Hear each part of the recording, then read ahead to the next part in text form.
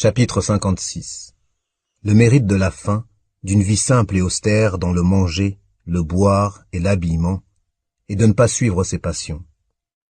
Allah Ta'ala dit: فخلف من بعدهم خلف أضاعوا الصلاة واتبعوا الشهوات فسوف يلقون غيا إلا من تاب وآمن وعمل صالحا فأولئك يدخلون الجنة ولا يظلمون شيئا. Puis leur succédèrent des générations qui délaissèrent la prière et suivirent leur passion.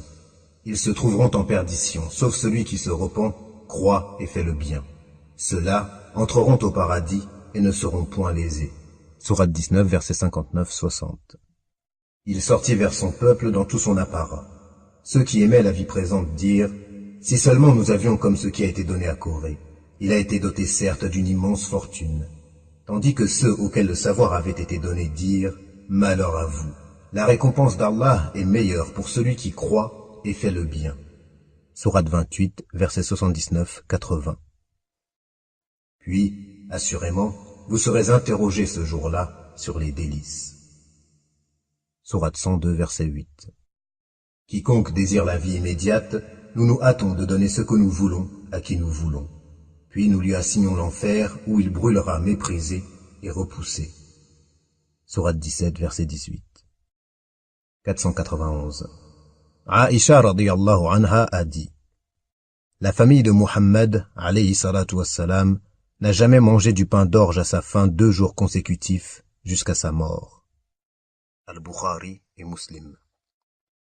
Dans une autre version, depuis son arrivée à Médine, la famille de Muhammad n'a jamais mangé du pain de froment à sa faim 3 jours d'affilée jusqu'à sa mort. 492. Selon Urwa, Aïcha radiyallahu anha lui a dit: par Allah, mon neveu, il nous arrivait de voir un croissant de lune, puis un autre, et encore un autre, soit 3 croissants de lune en 2 mois, sans qu'un feu soit allumé pour faire la cuisine dans les maisons du messager d'Allah, alayhi salatu wassalam. Je lui demandai: ô tante, de quoi vous nourrissiez-vous alors? Elle répondit: des 2 aliments noirs, les dattes et l'eau. Mais le messager d'Allah, alayhi salatu wassalam, avait également des voisins parmi les Ansar, qui lui envoyaient du lait de leurs chamelles ou de leurs brebis, et dont il nous donnait à boire. Al-Bukhari et Muslim. 493. Selon Abu Sa'id al-Maqbouri, Abu Hurayra, radiyallahu anhu, rapporta qu'il passa un jour près d'un groupe de gens assis devant un agneau rôti. Ils l'invitèrent à se joindre à eux, mais il refusa et dit: le messager d'Allah, alayhi salatu wassalam, quitta ce monde sans avoir mangé à sa faim, ne serait-ce que du pain d'orge. Al-Bukhari. 494. Anas radiyallahu anhu a dit: le prophète alayhi salatu wassalam n'a jamais mangé sur une table ou un plateau, ni goûté aux galettes de pain tendre jusqu'à sa mort. Al-Bukhari. Dans une autre version d'Al-Bukhari, et il n'a jamais vu de ses yeux un agneau rôti. 495. An-Nu'man ibn Bashir radiyallahu anhuma a dit: j'ai vu votre prophète, alayhi salatu wassalam, ne trouvant pas même des dattes de mauvaise qualité pour se remplir le ventre. Muslim. 496. Sahl ibn Sa'd, radiyallahu anhu, rapporte que le messager d'Allah, alayhi salatu wassalam, n'a jamais goûté au pain blanc depuis qu'Allah Ta'ala l'a envoyé aux hommes, et ce jusqu'à sa mort. On lui demanda: vous n'aviez rien pour tamiser la farine du temps du messager d'Allah? Le messager d'Allah, alayhi salatu wassalam, n'a jamais vu de tamis depuis qu'Allah Ta'ala l'a envoyé aux hommes, et jusqu'à sa mort, répondit-il. Comment pouviez-vous manger de l'orge non tamisé? Lui demanda-t-on. On le moulait, puis on soufflait dessus pour en chasser ce que l'on pouvait comme déchets, puis on le pétrissait. Al-Bukhari. 497. Selon Abu Hurayra, radiyallahu anhu, le messager d'Allah, alayhi salatu wassalam, sortit un jour et rencontra Abu Bakr et Omar, radiyallahu anhuma. Il leur demanda: pourquoi êtes-vous sortis de chez vous à cette heure? Ils répondirent: à cause de la faim, ô messager d'Allah. Le prophète alayhi salatu wassalam dit, « Par celui qui tient mon âme dans sa main, moi aussi je suis sorti pour cette raison. Venez avec moi. » Ils se levèrent donc et se rendirent ensemble chez un Ansar qu'ils ne trouvèrent pas chez lui. Lorsque l'épouse de ce dernier vit le prophète alayhi salatu wassalam, elle s'exclama, « Sois le bienvenu. » Le prophète sallallahu alayhi wa sallam lui demanda où se trouvait son mari. Elle répondit, « Il est allé chercher de l'eau à boire. » L'homme arriva enfin et en voyant le messager d'Allah alayhi salatu wassalam et ses deux compagnons, il s'exclama, « Allah soit loué. Personne aujourd'hui n'est plus honoré que moi par ses invités. » Puis il s'en alla et revint avec un régime de dattes, où se trouvaient à la fois des dattes à peine mûres, des dattes sèches et fraîches. Il les invita à manger, puis prit un couteau pour égorger une bête, mais le prophète alayhi salatu wassalam lui dit, « N'égorge surtout pas celle qui donne du lait. » L'homme égorgea un mouton dont ils mangèrent ainsi que des dattes, et ils burent. Lorsqu'ils eurent mangé à leur faim et bu à satiété, le prophète sallallahu alayhi wa sallam dit à Abu Bakr et Omar, « Par celui qui tient mon âme dans sa main, vous serez interrogés sur ces délices le jour de la résurrection. La faim vous a fait sortir de chez vous, et vous n'y êtes retournés qu'après avoir goûté à ces délices. » Muslim. 498. Khalid ibn Omar al-Adawi rapporte. Utba ibn Razwan, le gouverneur de Bassora, nous fit un prêche dans lequel il commença par louer et glorifier Allah. Puis il dit, « Ce monde nous annonce que sa fin est proche. Ce qu'il en subsiste ressemble à ce qu'il reste au fond du récipient comme boisson et que l'on récupère. Et vous allez le quitter pour une demeure éternelle. Emportez donc avec vous ce qui vous sera le plus bénéfique. Car nous avons été informés par le prophète alayhi salatu wassalam qu'il faudrait plus de 70 ans à la pierre jetée du bord de l'enfer pour en atteindre le fond. Et par Allah, malgré cela, il se remplira. Cela ne vous étonne-t-il pas? Nous avons également été informés par le prophète alayhi salatu wassalam qu'il faudrait 40 ans pour parcourir la distance séparant les deux montants de l'une des portes du paradis. Et en dépit de cela, il viendra un jour où une foule immense s'y pressera en masse. Je me suis retrouvé dans un groupe de 7 personnes comprenant le messager d'Allah alayhi salatu wassalam, ne trouvant à manger que les feuilles des arbres au point que des plaies se formaient aux commissures de nos lèvres. J'ai trouvé à cette époque une bourda, manteau de laine rayé sans manches, équivalente au burnous du Maghreb mais sans capuche. Une bourda que j'ai coupée en 2. J'en ai utilisé une moitié comme izar, comme pagne, et j'ai donné l'autre à Sa'd ibn Malik, radiyallahu anhu, qui en fit de même. Et voilà qu'aujourd'hui, il n'y a personne parmi nous qui n'ait obtenu un poste de gouverneur d'une ville. Je cherche donc refuge auprès d'Allah pour ne pas être grand à mes yeux et petit auprès de lui. Muslim. 499. Abu Musa al-Ash'ari, radiyallahu anhu, rapporte. Aïcha, radiyallahu anha, nous montra un habit et un izar, un pagne, au tissu grossier, en disant, le messager d'Allah, alayhi salatu wassalam, portait ces 2 vêtements lorsqu'il est mort. Al-Bukhari et Muslim. 500. Sa'd ibn Abi Waqqas, radiyallahu anhu, a dit, je suis le premier arabe à avoir tiré une flèche au djihad. Nous étions parfois en expédition militaire en compagnie du messager d'Allah, alayhi salatu wassalam, avec pour seule nourriture des feuilles de hubla et de samour, 2 types d'arbres à épines, qui rendaient nos excréments secs comme ceux des moutons. Al-Bukhari et Muslim. 501. D'après Abu Huraira, radiyallahu anhu, le messager d'Allah, alayhi salatu wassalam, a dit, ô Allah, n'accorde à la famille de Muhammad que ce qui lui assure sa subsistance. Al-Bukhari et Muslim. 502. Abu Huraira, radiyallahu anhu, rapporte. Par Allah, en dehors de qui il n'y a pas de divinité digne d'être adorée, il m'arrivait de m'allonger en appuyant mon ventre sur le sol, et parfois j'attachais une pierre sur mon ventre pour ne pas sentir la faim. Je m'assis un jour sur le chemin que les habitants de Médine empruntaient, lorsque le prophète, alayhi salatu wassalam, passa devant moi. Il me sourit quand il me vit, et devina à mes traits l'état dans lequel je me trouvais. Il me lança « Ô Abu Hir !» Je lui répondis « À tes ordres, ô messager d'Allah !» Il me dit « Suis-moi ». Il partit et je le suivis. Arrivé devant chez lui, il entra. Après m'avoir annoncé, il me fit entrer. Il trouva du lait dans une tasse et demanda « D'où vient ce lait ?» On lui dit « Un tel te l'a offert. » Il me dit « Ô Abu Hir !» Je lui dis « À tes ordres, ô messager d'Allah !» Il me dit « Va chercher les gens de la Souffa, partie de la mosquée du prophète où vivaient les pauvres. » Les gens de la Souffa étaient les hôtes de l'islam. Ils n'avaient ni famille, ni argent, ni personne pour subvenir à leurs besoins, et lorsque le prophète, alayhi salatu wassalam, recevait une aumône, il la leur envoyait, sans rien en laisser pour lui-même. Par contre, lorsqu'il recevait un cadeau, il en prenait une partie et leur envoyait le reste. L'ordre du prophète, sallallahu alayhi wa sallam, me contraria. Car je me disais, comment cette quantité de lait pourra-t-elle suffire aux gens de la Souffa? Je méritais plus que de boire ce lait afin de reprendre des forces. Or, lorsqu'ils viendraient, je devrais les servir. Qu'allait-il me rester de ce lait? Mais je devais obligatoirement obéir à Allah et à son messager. Je me rendis donc auprès d'eux et les invitai de la part du prophète, alayhi salatu wassalam. Ils vinrent et s'installèrent dans la maison après avoir demandé la permission d'entrer. Le prophète, alayhi salatu wassalam, dit « Ô Abu Hir !» Je lui dis « À tes ordres, ô messager d'Allah !»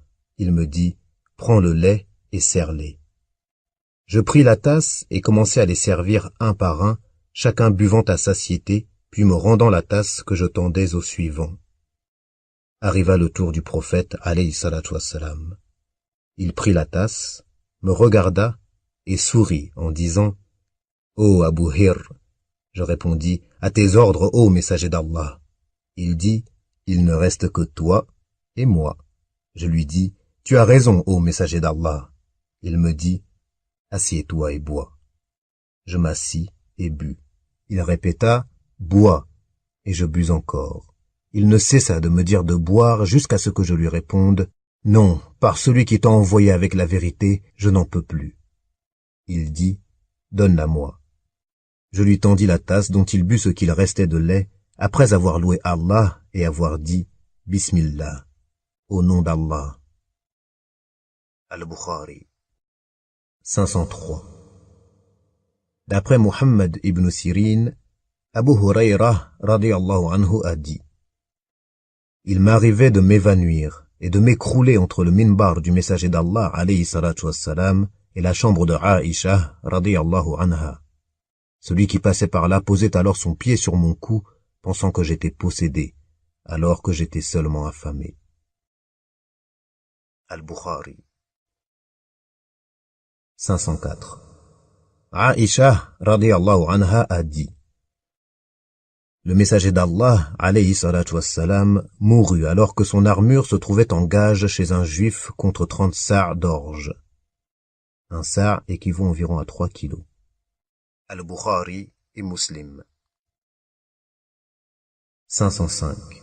Anas radiyallahu anhu a dit « Le prophète alayhi salatu wassalam mit son armure en gage contre de l'orge, et je lui ai porté du pain d'orge et de la graisse rance. Je l'ai entendu dire « La famille de Muhammad n'a jamais conservé ne serait-ce qu'un sa' de céréales plus d'une demi-journée. » Sachant qu'ils étaient 9 foyers.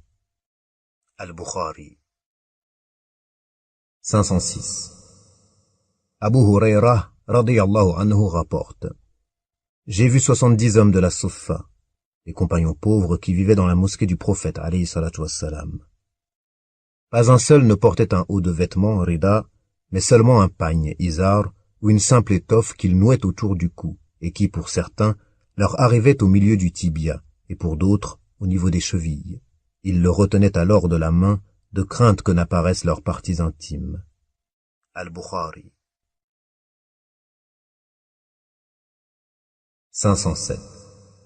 Aïcha radiyallahu anha a dit « Le matelas du messager d'Allah alayhi salatu wassalam était en cuir rembourré de fibres de palmier. » Al-Bukhari 508. Ibn Omar radiyallahu anhuma, rapporte: Nous étions un jour assis en compagnie du messager d'Allah, alayhi salatu wassalam, quand un Ansar arriva et le salua. Au moment où l'Ansar se tourna pour partir, le messager d'Allah, alayhi salatu wassalam, l'interpella. « Ô frère Ansar, comment va mon frère Sa'd ibn Ubadah ?» Il répondit: « Il va bien. » Le messager d'Allah, alayhi salatu wassalam, demanda: « Qui veut se rendre à son chevet ?» Puis il se leva et nous le suivîmes. Nous étions une dizaine, sans sandales, ni khouf, chaussettes en cuir, sans rien à se mettre sur la tête, ni qamis, tunique longue, alors que nous marchions sur ces terres salines. Lorsque nous arrivâmes chez lui, sa famille s'écarta, permettant ainsi au messager d'Allah, alayhi salatu wassalam, et à ses compagnons de s'approcher de lui. Muslim. 509. Selon Imran ibn al-Husayn, radiyallahu anhu, le prophète, alayhi salatu wassalam, a dit: Les meilleurs d'entre vous sont mes contemporains, puis ceux qui les suivront, puis ceux qui les suivront. Imran dit, je ne sais pas si le prophète l'a répété 2 ou 3 fois. Puis viendront des gens qui témoigneront sans y être invités. Ils trahiront et ne seront pas dignes de confiance, et ils feront des vœux qu'ils ne rempliront pas. L'obésité apparaîtra parmi eux. Al-Bukhari et Muslim. 510. D'après Abu Umama, radiyallahu anhu, le messager d'Allah, alayhi salatu wassalam, a dit: Ô fils d'Adam, il vaut mieux pour toi donner généreusement ce qui excède tes besoins, car le conserver est un mal. Mais tu ne seras jamais blâmé pour avoir gardé ce qui te permet de subsister, et commence par ceux qui sont à ta charge. At-Tirmidhi a dit, hadith Hassan Sahih. 511. D'après Ubaydullah ibn Mihsan al-Ansari al-Khatami, radiyallahu anhu, le messager d'Allah, alayhi salatu wassalam, a dit: Celui qui se retrouve au matin en toute sécurité, en bonne santé, et disposant de la subsistance de sa journée, c'est comme si le monde entier lui appartenait. At-Tirmidhi a dit, hadith Hassan. 512. D'après Abdullah ibn Amr ibn al-As, radiyallahu anhuma, le messager d'Allah, alayhi salatu wassalam, a dit: A certes réussi celui qui est devenu musulman, qui ne dispose que du strict nécessaire pour vivre, et qu'Allah a rendu satisfait de ce qu'il lui a accordé. Muslim. 513. Abu Muhammad Fadala ibn Ubayd al-Ansari, radiyallahu anhu, rapporte avoir entendu le messager d'Allah, alayhi salatu wassalam, dire: Bienheureux, Touba, qui est aussi le nom d'un arbre du paradis. Bienheureux celui qui a été guidé à l'islam, qui vit avec le strict nécessaire et s'en contente. At-Tirmidhi a dit, hadith Hassan Sahih. 514. Ibn Abbas, radiyallahu anhuma, rapporte: Le messager d'Allah, alayhi salatu wassalam, passait parfois plusieurs nuits d'affilée le ventre vide, sa famille ne trouvant pas de quoi dîner. Et il mangeait principalement du pain d'orge. At-Tirmidhi a dit, hadith Hassan Sahih. 515. D'après Fadala ibn Ubayd, radiyallahu anhu, lorsque le messager d'Allah, alayhi salatu wassalam, dirigeait la prière en commun, il arrivait à certains hommes, les pauvres de la Souffa, de s'écrouler à terre à cause de la faim. Les Bédouins pensaient alors qu'ils étaient possédés, majnoun. Après la salat, le messager d'Allah, alayhi salatu wassalam, se tournait vers eux et leur disait: Si vous saviez ce qui vous attend auprès d'Allah Ta'ala, vous souhaiteriez voir augmenter votre misère et votre faim. At-Tirmidhi a dit, hadith Hassan. 516. Abu Karima al-Miqdam ibn Ma'di Karib, radiyallahu anhu, rapporte qu'il entendit le messager d'Allah, alayhi salatu wassalam, dire: L'homme ne remplit pas de pire récipient que son ventre. Il lui suffit pourtant de manger quelques bouchées pour vivre. S'il doit vraiment manger plus, alors qu'il réserve un tiers de son ventre à sa nourriture, un tiers à sa boisson et un tiers pour sa respiration. At-Tirmidhi a dit, hadith Hassan. 517. D'après Abu Umama, Iyas ibn Tha'laba al-Ansari al-Harithi, radiyallahu anhu, les compagnons du messager d'Allah, alayhi salatu wassalam, évoquèrent un jour le bas monde devant lui. Alors il dit, écoutez bien, la simplicité, dans l'habillement et la manière de vivre, fait partie de la foi, La simplicité fait partie de la foi. Abu Daoud. 518. Abu Abdillah, Jabir ibn Abdillah, radiyallahu anhuma rapporte. Le messager d'Allah, alayhi salatu wassalam, nous a envoyés en expédition sous les ordres d'Abu Ubaydah, radiyallahu anhu, avec pour mission d'intercepter une caravane de Quraysh. Ne disposant de rien d'autre, il donna comme provision un sac de dattes. Abu Ubaydah, radiyallahu anhu, nous en donnait une par jour et par personne. Quelqu'un demanda au narrateur, « Qu'en faisiez-vous » Il répondit, « Nous la sucions comme le font les nourrissons, puis nous buvions de l'eau par-dessus, et cela nous permettait de tenir toute une journée. Nous frappions aussi les feuilles des arbres à l'aide de nos bâtons, puis nous les trempions dans l'eau avant de les manger. Nous nous sommes par la suite rendus au bord de la mer et nous avons aperçu au loin sur le rivage comme une immense dune de sable. Arrivés devant elle, nous avons découvert qu'il s'agissait en fait d'un cachalot. Abu Ubaydah radiyallahu anhu nous dit, « C'est une bête morte, maïta, c'est-à-dire interdite à la consommation. » Avant de se reprendre, non. Nous sommes envoyés par le messager d'Allah, alayhi salatu wassalam, dans le sentier d'Allah, au djihad, et vous y êtes contraints. Alors, mangez-en. Nous étions près de 300, et nous sommes restés à cet endroit 1 mois durant, à nous en nourrir au point de prendre du poids. J'ai vu par exemple certains d'entre nous puiser dans l'orbite de son œil de l'huile à l'aide de cruches ou bien découper des quartiers de viande de la taille d'un bœuf. Abu Ubaydah radiyallahu anhu demanda à 13 d'entre nous de s'asseoir dans la cavité de son œil. Il prit par ailleurs l'une de ses côtes qu'il dressa, puis fixa une selle sur le plus grand de nos chameaux et passa sous la côte qui formait comme une voûte. Nous prîmes comme provision de grands quartiers de viande que nous fîmes sécher. De retour à Médine, nous racontâmes notre histoire au messager d'Allah, alayhi salatu wassalam, qui dit « C'est une grâce que vous a envoyée Allah. Vous reste-t-il de sa viande que nous en mangions ?» Jabir, radiyallahu anhu, ajouta « Nous en avons envoyé une partie au messager d'Allah, alayhi salatu wassalam, qui en mangea. » Muslim. 519. Asma bint Yazid, radiyallahu anha, a dit « Les manches du qamis, longue tunique à manches longues, du messager d'Allah, alayhi salatu wassalam, lui arrivaient au poignet. » Abu Daoud et At-Tirmidhi a dit « Hadith Hassan. » Hadith jugé faible par Sheikh al-Albani. Rahimahullah. 520. Jabir, radiyallahu anhu, rapporte. Nous étions en train de creuser la tranchée peu avant la bataille du même nom, Al-Khandaq, le fossé, lorsque nous tombâmes sur une partie du sol très dure à creuser. Nous en informâmes le prophète, alayhi salatu wassalam, qui dit « J'arrive ».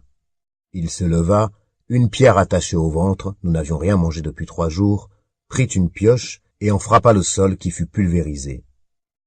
J'allai ensuite chez moi après en avoir obtenu l'autorisation du messager d'Allah et dis à mon épouse « J'ai vu le prophète, alayhi salatu wassalam, dans un état que je ne peux supporter. As-tu quelque chose à manger ?»« J'ai de l'orge et une chèvre, dit-elle. J'ai égorgé la chèvre et elle a moulu l'orge, puis nous avons jeté la viande dans la marmite. Lorsque la pâte leva et que la viande dans la marmite posée sur les pierres brûlantes fut presque cuite, je retournai auprès du prophète, alayhi salatu wassalam, et lui dis « Ô messager d'Allah, j'ai un peu de nourriture. Viens avec 1 ou 2 hommes. » Il me demanda « En quelle quantité ?»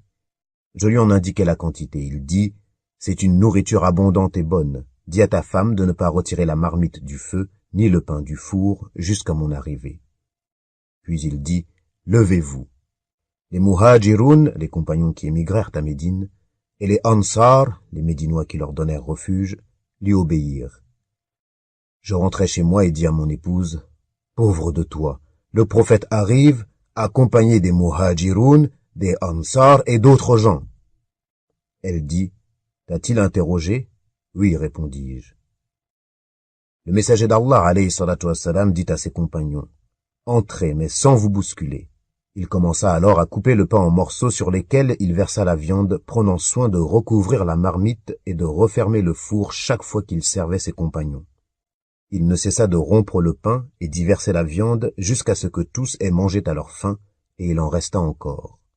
Il dit alors à mon épouse, « Mange-en et offre-en car les gens ont été touchés par la famine. » Al-Bukhari et Muslim. Dans une autre version, Jabir rapporte « Alors que l'on était en train de creuser la tranchée en préparatif à la bataille du même nom, j'ai remarqué que le prophète, alayhi salatu wassalam, avait faim.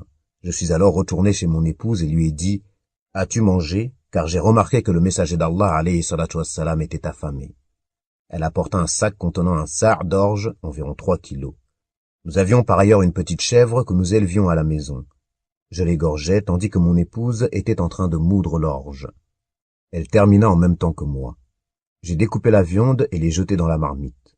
Alors que je m'apprêtais à rejoindre le messager d'Allah, alayhi salatu wassalam, ma femme me dit « Ne me couvre pas de honte devant le messager d'Allah, sallallahu alayhi wa sallam, et ceux qui sont avec lui. » Une fois devant lui, je lui dis à voix basse « Ô messager d'Allah, nous avons égorgé une chevrette qui nous appartenait et moulu un sa' d'orge. Suis-moi avec quelques hommes. » Mais le messager d'Allah, alayhi salatu wassalam, s'écria « Ô gens qui travaillez à la tranchée, Jabir vous a préparé un repas, allons-y. » Puis il s'adressa à moi. « Ne retirez pas la marmite du feu et ne mettez pas le pain au four avant mon arrivée. » Je suis revenu chez moi alors que le messager d'Allah, alayhi salatu wassalam, à la tête du groupe, me suivait. Ma femme me traita de tous les noms. J'ai dit, « Je n'ai fait que ce que tu m'as demandé. » Elle apporta alors la pâte dans laquelle le messager d'Allah, alayhi salatu wassalam, crachota en la bénissant. Il se dirigea ensuite vers la marmite et fit de même. Il dit alors, « Va chercher une autre femme qui t'aidera à enfourner le pain et servez la viande sans retirer la marmite du feu. » Ils étaient près de 1000 hommes, mais je jure que tous en mangèrent avant de s'en aller, laissant la marmite en train de bouillir sur le feu et le pain en train de cuire. 521. D'après Anas, radiyallahu anhu, Abu Talha a dit à Sulaym, « J'ai remarqué que la voix du messager d'Allah, alayhi salatu wassalam, était faible. Je pense que cela est dû à la faim. As-tu de la nourriture ?» « Oui, répondit-elle. Puis elle prit du pain d'orge qu'elle enveloppa dans l'un de ses voiles et cacha sous mes habits, ceux de Anas, me couvrant également avec une partie du voile. Elle m'envoya ensuite chez le messager d'Allah, alayhi salatu wassalam, que je trouvais assis dans la mosquée, entouré de quelques hommes. Je restai près d'eux, puis le messager d'Allah, sallallahu alayhi wa sallam, me demanda « Est-ce Abu Talha qui t'envoie ?»« Oui, répondis-je. »« Pour un repas ?» demanda-t-il. J'acquiesçai. Il dit alors à ses compagnons « Levez-vous ». Ils partirent, mais je les devançai. Arrivé chez Abu Talha, je l'informai. Il dit « Ô Sulaym, voici le messager d'Allah, sallallahu alayhi wa sallam, avec des gens, et nous n'avons pas de quoi les nourrir. » Elle dit « Allah et son messager le savent mieux. » Abu Talha sortit pour accueillir le messager d'Allah, alayhi salatu wassalam, qui l'accompagna jusqu'à chez lui. Le messager d'Allah, sallallahu alayhi wa sallam, dit « Ô Sulaym, apporte ce que tu as. » Elle apporta le pain en question. Le messager d'Allah, sallallahu alayhi wa sallam, demanda à ce qu'il soit coupé en petits morceaux, puis Sulaym y versa du beurre et du miel, le rendant ainsi comme une purée. Le messager d'Allah, sallallahu alayhi wa sallam, prononça ensuite sur le repas ce qu'Allah voulut qu'il prononce comme parole, puis il dit « Fais entrer 10 personnes. »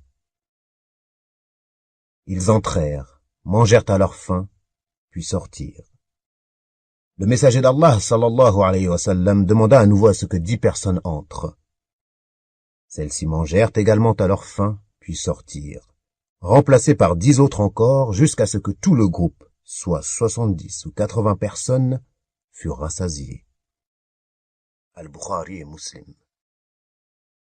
Dans une autre version, ils ne cessèrent de rentrer par groupe de 10, si bien que tous mangèrent, puis il mangea lui-même à sa faim.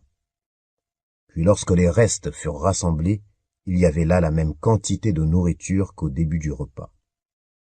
Dans une autre version encore, ils mangèrent par groupe de 10, soit au total 80 personnes. Puis le prophète alayhi salatu wassalam et les gens de la maison mangèrent aussi, et malgré cela, il y eut des restes.